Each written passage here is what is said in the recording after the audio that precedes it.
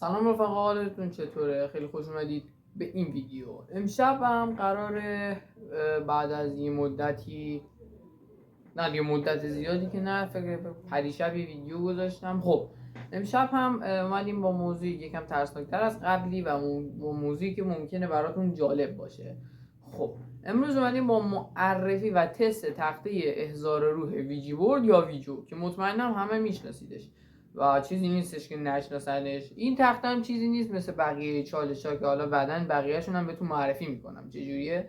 و این چیزی نیستش که بشه به این سادگی از کنارش رد شد و چیزی نیستش که بگیم الکی و چاخانه، چون شما با دوتا مداد رنگی و یک کاغذی که روش حروف الفبای انگلیسی نوشته شده هیچ جوره نمیتونید احضار رو انجام بدید. خب قبل از اینکه بریم سراغ ویدیو ازتون میخوام این ویدیو رو لایک کنید، کانال رو سابسکرایب کنید، زنگوله کنارش رو بزنید، پیج اینستام رو فالو کنید و تلگرام جوین بشید و اگرم کامنت داشتید حتما واسم بنویسید. این کار رو خیلی به من انرژی میده. ممنونم، دم تک تکتون گرم. و خب بریم سراغ موضوع. اول از هر چیز بگم که تخته ویجی بورد طبق تحقیقاتی که من کردم باید روی کاغذ خاص نوشته بشه با یه فونت خاص، یه جوهر خاص، در خلاصه کلا چیز خاص و منحصر به فردیه که اصلا تو ایران پیدا نمیشه و فقط دو سه تا سایت هستن که همچین چیزایی رو میفروشن که طبق تحقیقاتی که من کردم قیمتشون خیلی زیاده. یعنی مثلا یه تخته 1000 رو ممکنه چند میلیون تومن بفروشن که حالا به زودی میخرم حتما و میریم یه جا توی فضای واقعی تر تستش میکنیم. و این تخته یه تخته خیلی معمولیه، یکی از این موسام داره که تکون میدی و اینا و میتونه 2 نفره باشه، میتونه تک نفره باشه، ولی تا جایی که من میدونم اکثرا تک نفر انجامش میدن طبق ویدیوهایی که از یوتیوبرهای خارجی دیدم. این چیزی هم که یعنی این تختی هم که من آوردم چیز خاموشی نیستش. تو خیلی از فیلم‌های سینمایی مشهور دنیا، حتی فیلم‌های آمریکایی هم دیده شده. مثلا فیلم کانجورینگ 2 که مطمئنا همتون دیدین. خب یکی از شخصیت اول این فیلم جنت بود، اون دختره که احضار میشه. حالا به داستانش وارد نشیم. همونطور که می‌دونید توی یکی از سکانس‌ها رو تخت نشستن و دارن با اون خواهر بزرگش که اسمش یادم نمیاد یه کاغذی گذاشتن، 3 تا مداد و یه دونه از این موس 2 نفری دارن احضار رو انجام میدن و رو اون کاغذه فقط حروف الفبای انگلیسی نوشته شده. یا بهتره بگم دارن ویجی بوردی که ساخته دست خودشون بوده تست میکردن، احضار رو میکردن و از روح سوال میپرسیدن که یهو مادرشون سر میرسه و میبینه دارن چی کار انجام میدن و سریع اون بلند میشه دعواشون میکنه، کاغذ ویجی بورد رو هم داره تیکه تیکه میکنه، پاره میکنه، میندازه زیر تخت که اتفاقات بعد همون شب شکل میگیره. یعنی بعد از اینکه اون تخته رو پاره کرد کلی داستان واسهشون درست میشه که از تکون خوردن اشیاء خونه شروع میشه و واقعا به چه فاجعه‌ای تبدیل میشه. فیلم رو مطمئنم همه دیدین، خیلی فیلم ترسناکی هم نبوده از نظر من، ولی خب حالا با فیلم کاری نداریم. از اونجایی که تختش هیچجوری گیر نمیاد، من یه برنامه‌ای پیدا کردم که اون برنامه تنها فرقش اینه که ویجی بورد واقعی روی یک کاغذ و با یه موس انجام میشه، اما فرقش با این اینه که این تو گوشیه و اینجوری با گوشی بازی مثل بازی اینجوری انجام میشه و خب هیچ فرقی باهاش نداره و بیش از 1 میلیون دانلود داشته و دیدم که یوتیوبر خارجی هم این برنامه رو تست میکردن. خب دیدم خیلی یوتیوبر خارجی که نداشتن از این چیزا اینم تست میکردن. یکیشون بود هم اینو خریده بود تست میکرد، هم بازیشو دانلود کرده بود و اسم این بازی اسپریت بورد هستش که اگر بتونم لینک دانلودش شکار کنم هر جایی حتما تو کانال تلگرامی میذارم. لینک کانال تلگرام و آیدی پیج اینستام توی دیسکریپشن میذارم، اگر دوست داشتید برید اونا رو یه نگاهی بندازید. خب چیز دیگه نمونه. دم تک تکتون گرم تا اینجا نگاه کردید. فعلا بریم سراغ برنامه. قبل از هر چیز بگم که باید از این برنامه سوال بپرسید. این برنامه با گوشی با اینترنت کار میکنه، یعنی به محض اینکه میخواید بازی رو انجام بدید بعد نتتون روشن باشه. و یه چیز دیگه، از میکروفون گوشیتون دسترسی میخواد. یعنی چی؟ یعنی ازتون دسترسی میخواد که به میکروفون گوشیتون دسترسی داشته باشه. اینم فقط به یک دلیله، صرفا وقتی که شما ازش سوال میپرسید بعد با میکروفون گوشیتون سوالتون رو دریافت کنه تا بهتون پاسخ بده. و من یک برگه‌ای که توش کلی سواله گذاشتم جلوم و طبقه بندی کردم سوالا رو که از این ویجی بورد بپرسم. خب چیز دیگه نمونه، بریم سراغ تخته.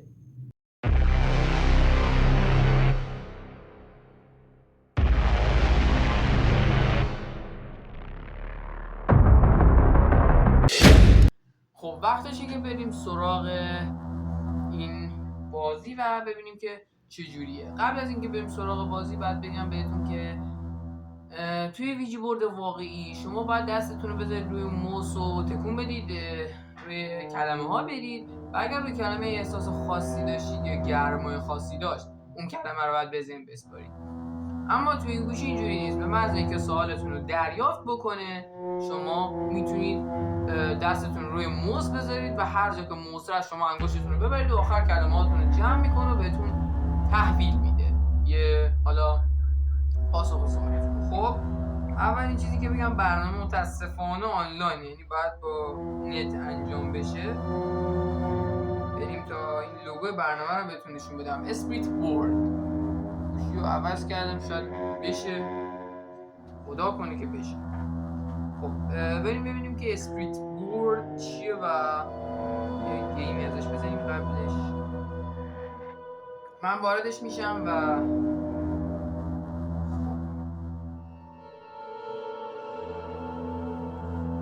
الان تصویر من هم از اینجا میبینید، هم از اینجا که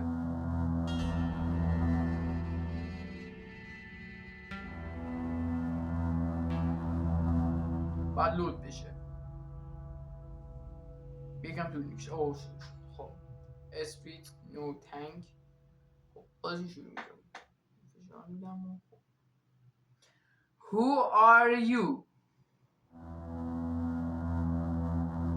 سوال دریافت شد.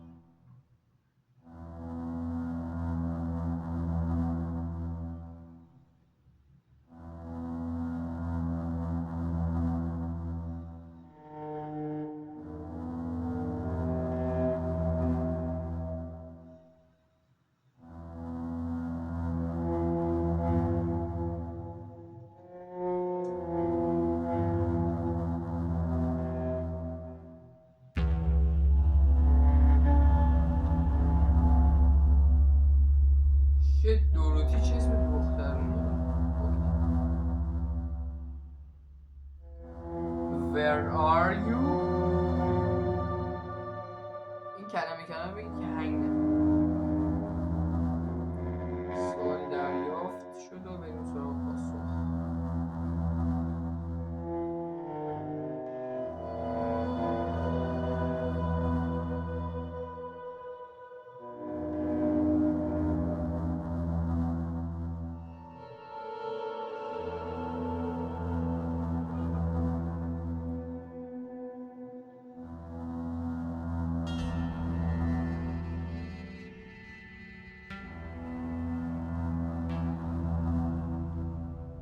Upstairs.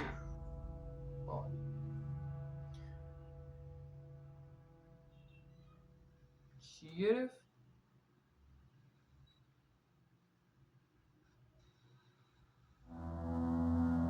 آی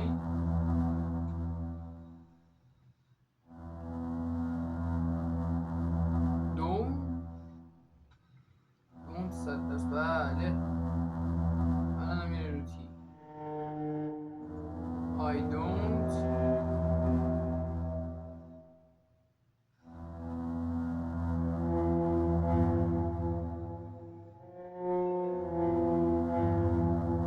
I don't like. دوست ندارم. بله من دوست ندارم.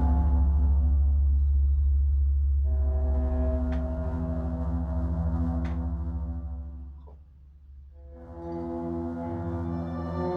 Do you want to kill me؟ از پرسم میخوای من بکشی؟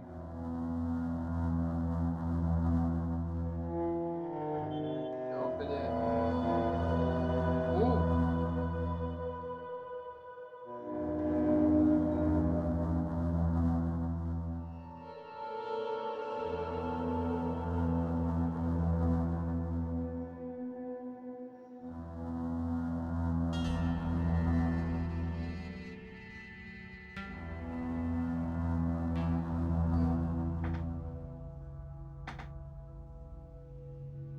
What's your name؟ سوال دریافت شد، ببینیم جواب اسمش چیه. گفت دوروتی بهمون اول گفت یه اسناره نشونی بهمون داد. فکر کن رو آر واس اوه اوه وای نه اسمش خارجیه. ماری.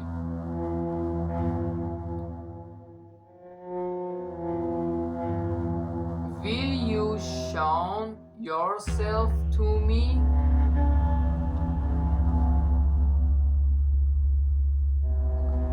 ازش پرسیدم مایه خودتو بهم نشون میدی؟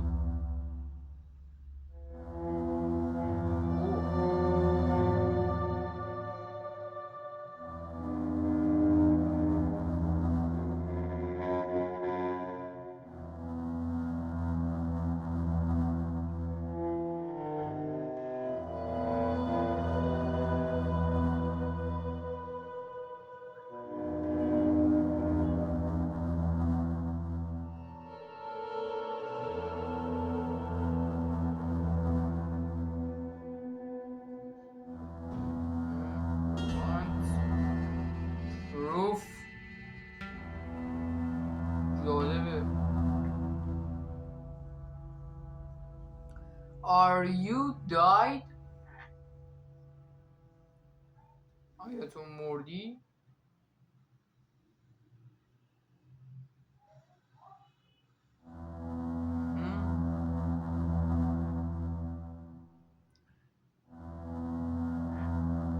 What do you look like؟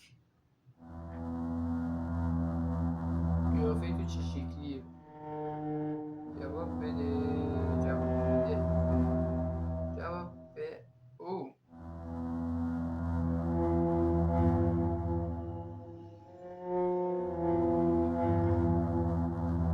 آنی چی؟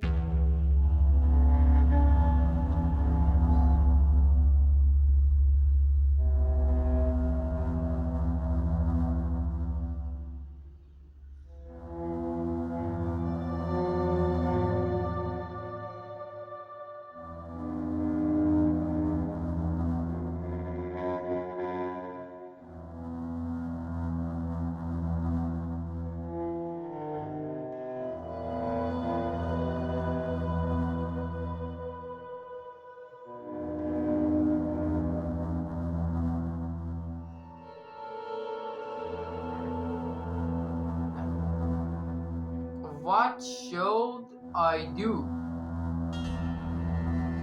قبلیه رو نفهمیدم چی گفت. الان داشت پرسیدم من چی کاری انجام بدم.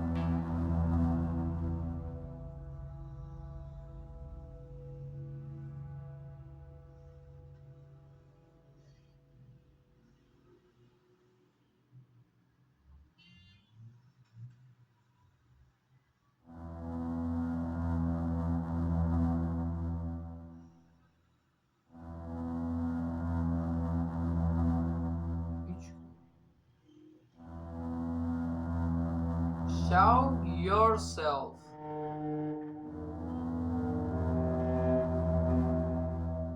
خودت حضورت رو بهم نشون بده. حضورت رو بهم ثابت کن. این ازش پرسیدم.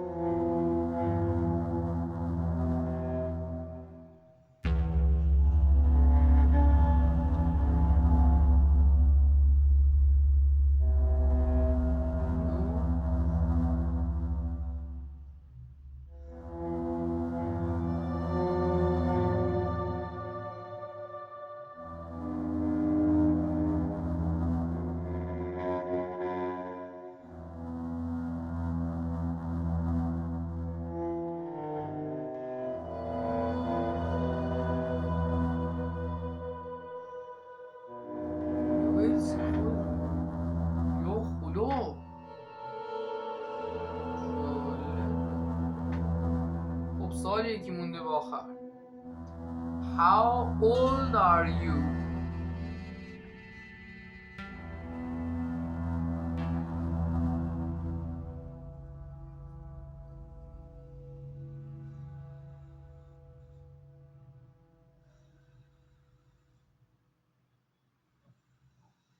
شصت سال. یه سوال از خودم ازش بپرسم. خب call me right now به فارسی میشه منو همین الان صدا بزن. ببینیم چی میگه. yes و no بگو چون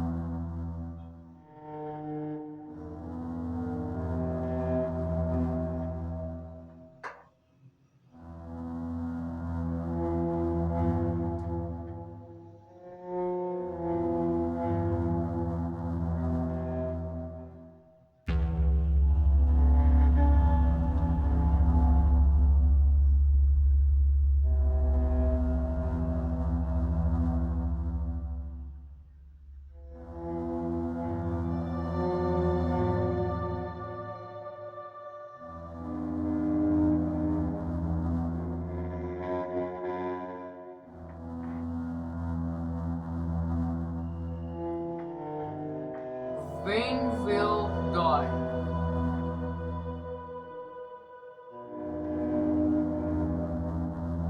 اشتباه گرفت سوال اشتباه گرفت. سوال آخری بچه ها سوال اینه من چه زمان اگر اینو جواب بده که خب تموم میشه. ماک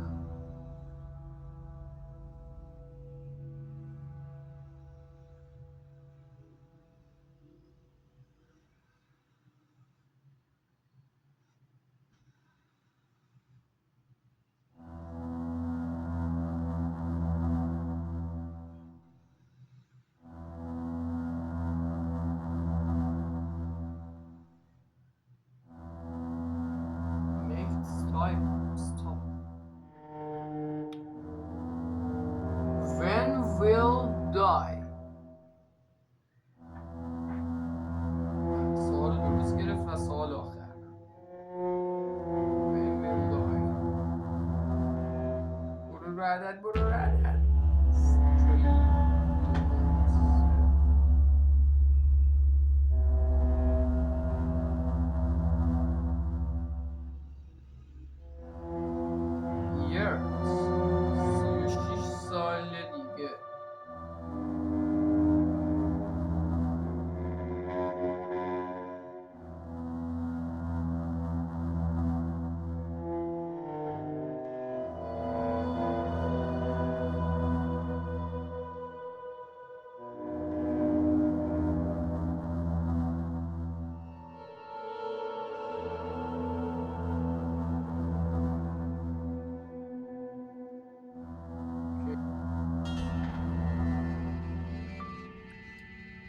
جالب واقعا. من که میگم خوب بود و برنامه سرگرم کننده و من 36 سال دیگه خواهم مرد خیالم راحت شد. یعنی میتونم تا لوح طلایی یوتیوب برم لوح 1 میلیون میرم تو 36 سال وقت خوبیه. خب ممنون از اینکه این ویدیو رو تا انتها نگاه کردید و اگر بتونم لینک دانلود این بازی رو بیارم حتما داخل کانال تلگرامم میذارم. لینک کانال تلگرام و آیدی پیج اینستاگرام تو دیسکریپشن هست. اگر دوست داشتید اونجا هم یه سری بزنید. به دلیل محدودیتایی که یوتیوب و اینستاگرام دارن تو پخش بعضی چیزا مثلا محتواهای خشن یا چیزایی که کپی رایت داره که مثل چالش سرکن نترسی چند تا چیز کپی رایت دار داشتیم که خب اونا رو گذاشتم تو کانال تلگرامم. اگر که دوست داشتید این ویدیو رو و لینک دانلودش هم اگر میخواید بذارم حتما برید تو کانال تلگرامم و اگر گیر بیارم حتما میذارم. ممنون که این ویدیو رو تا انتها نگاه کردید. دمتون گرم. فعلا.